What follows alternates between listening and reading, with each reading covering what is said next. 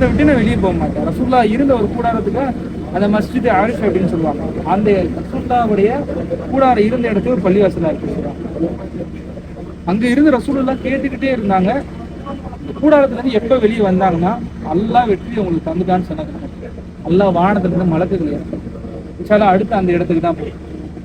முதல்ல 1000 மலக்குகள் இறக்குறேன்னு சொன்னான். 3000 மலக்குகள் அல்லாஹ் இறக்குறான். போர் செஞ்சு அல்லாஹ்வுடைய படை. முஸ்லிம்கள் இருந்து பார்த்தாங்க. அவர்கள் முஸ்லிம்கள் வாள் எடுத்துட்டு ஒரு காஃபிரை வெட்ட போகும்போது தலை கீழே விழுந்துடும். நாங்க அதை பார்த்தோம். 7 அடி இருப்பாங்க அப்பாஸ் ரலியல்லாஹு அவங்க. அவர்களை ஒரு 5 அடி 4 அடி இருக்கிற ஒரு ஆள் கயிறை கட்டி இழுத்துட்டு வந்தாரு. எல்லாருமே ஆச்சரியப்படுறாங்க. அவ்வளவு பெரிய உருவத்தை இவர் எப்படி பிடிச்சிட்டு வந்தாரு? அப்பாஸ் ரலியல்லாஹு கரெக்டா சொன்னாங்க, இவர் என்ன பிடிக்கல, நான் பிடிச்ச ஆள் வேற, பிடிச்சி இவர் கையில கொடுத்தாங்க. இவர் கூட்டிட்டு வந்தாரு. ஏன்னா பத்ர் முழுக்க முழுக்க முஅஜிஸா